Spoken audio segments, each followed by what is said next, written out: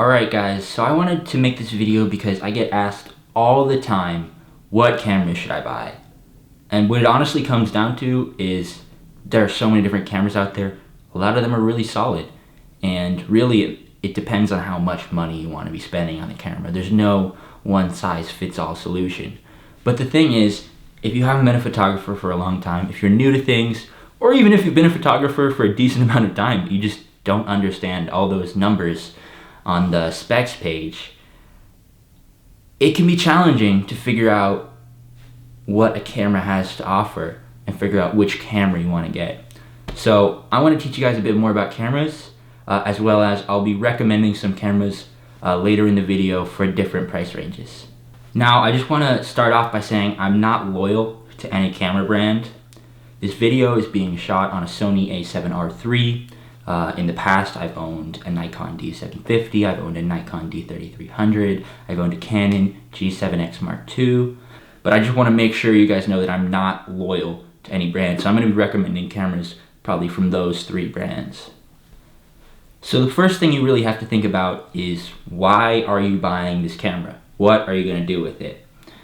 Now, generally, the main distinctions are, is your focus more on photo or is it on video? That's a really big one because some cameras are a little bit lacking in the video department but a little bit ahead in the photo department, or vice versa. And then the other thing you're going to want to think of is what you're going to be doing with the camera. Are you going to be taking portraits with it? Are you going to be doing landscape photography? There's not that much of a difference between those two, but it definitely comes into play, especially when you're deciding on what lenses to buy too. So when you buy the camera, you should be factoring in the fact that you're going to purchase a lens or two, maybe even 3 lenses along with the camera. And those can cost an arm and a leg. Those can cost more than the camera easily. So you want to make sure to factor that in when deciding your camera. So in the camera world, there's a few main distinctions between cameras. So there's DSLR cameras and there's mirrorless cameras.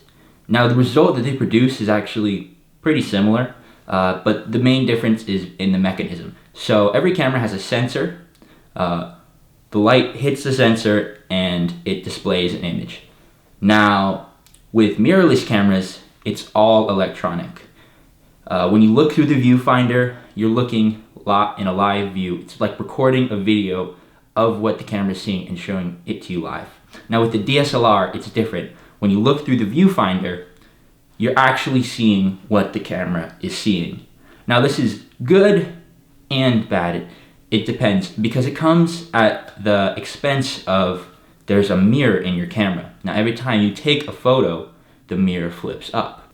The thing is, most of these cameras, since that technology is much older, these cameras tend to be a little bit of a better value at the moment. I get the feeling that in the future, mirrorless are going to totally take over. Now I don't recommend going with the Canon or Nikon mirrorless cameras, their most recent ones, just because it's new technology to them. If you're going to go mirrorless, at least in the next year or two, I would recommend going with Sony. Now the other major distinction between cameras is crop sensor versus full frame. Cameras originally used to all be full frame. The sensors were the same size. And then they developed a new technology called crop sensor, where they just made the sensor a little bit smaller. And essentially what this has done is it's allowed cameras to be smaller, it's allowed lenses to be smaller. And crop sensor cameras generally tend to be significantly cheaper. Now this comes at the expense of quality. The crop sensor is about half the size of a full frame sensor. Now this generally tends to be the line between amateur and semi-professional. If you buy a full frame camera, that's professional quality. Crop sensor cameras, there are some pretty solid ones out there, but the majority of them are just not quite as professional quality. They're way cheaper though. And it's not just the cameras that are cheaper, the lenses are so much cheaper too. So you're gonna be spending a lot less money if you get a crop sensor camera. And to be quite honest, if it's your first camera, I recommend getting a cheaper crop sensor, learning how to use that, and then deciding, once you have more knowledge, then upgrade to the full frame. Now you're gonna have to decide between used and new cameras. The way that I like to do it is I buy all my camera bodies new and I buy all my lenses used. I've had pretty bad experiences in the past buying used camera bodies. I bought my Nikon D750 used, and I sent it into Nikon, and they said, hey, you don't have proof that you purchased this, we won't repair it. So that was a fat L. So you're gonna wanna make sure if you buy a camera used that you have the original purchase receipt. You gotta make sure it's legit, it's not gray market, because if you buy new, also it comes with a warranty, and that tends to actually be pretty useful. So you're gonna wanna factor those things in. The reason I buy my lenses used still is because, I mean, quite frankly, they don't really break. I've never had a lens break that I didn't break myself by, dropping it or something.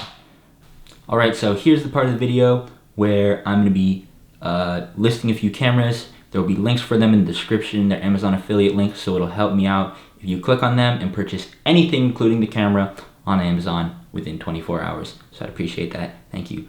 Now I'm gonna start off with the Nikon D3300. This is about a $420 camera. If I'm being totally honest, I don't recommend buying a DSLR camera for less than that, because the quality is going to be about as similar to an iPhone these days. I mean, the iPhones have pretty solid quality. Now this is the camera that I started off with. Pretty cheap, pretty standard, great to learn on. Now, if you want to spend a little bit more and you want a mirrorless camera, I recommend the Sony a6000. This one's about $650. Very similar specs, a little bit better on the video. Now moving on, now the Canon 80D. This one as well, still a crop sensor like the previous ones. It's about $830, but the video specs on this one are really solid. So if you're looking for a video camera in that price range that also takes decent photos, you're gonna wanna go with the Canon 80D. Now moving on, if you're in that same price range, but you wanna take photos, I'd recommend the Canon 60 Mark I. The Mark II, not a great value. Don't recommend that camera at all. But the Mark I's about $900 at this point, and it's about the cheapest full frame camera that you can buy. So this comes with full frame quality. You could definitely do a bit better. I mean, it's a solid camera, but in terms of full frame, there are better ones out there. For example, the Nikon D750. Now, I had this camera for about 2 years, took almost all my photos on it. It's a very good quality camera. This is where you're starting to get to, like, you complain about the quality, you're just full of it, This is really solid quality. So the D750, very solid photo camera, about $1,500. Now moving on, say you want to shoot 4K video now on a full frame camera. That's what we're getting to next, and that's the Sony a7 III. I think this is one of the best valued cameras that you can get right now. It's currently $2,000, but it shoots 4K video. It shoots 120 frames per second HD video, which is really solid. And I believe the sensor it's 24 megapixels, so it's actually on par with pretty much all the other ones that I've listed.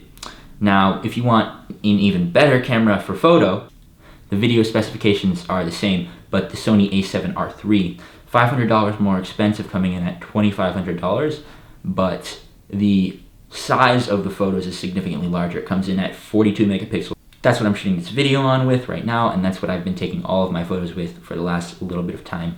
Love this camera. It's a great camera. And then if you're looking for a similar camera, but not a mirrorless, you trust the DSLR technology, you want Canon's solid range of lenses, which, by the way, Sony does not really have that solid of a range of lenses.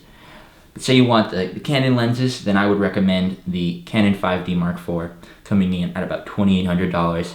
Very similar statistics to the a7R III, but it's Canon, and quite frankly, yeah, their lenses, they do have a more solid selection of lenses, and they're cheaper. So you really gotta factor in the lenses whenever you're buying the camera, just so you know.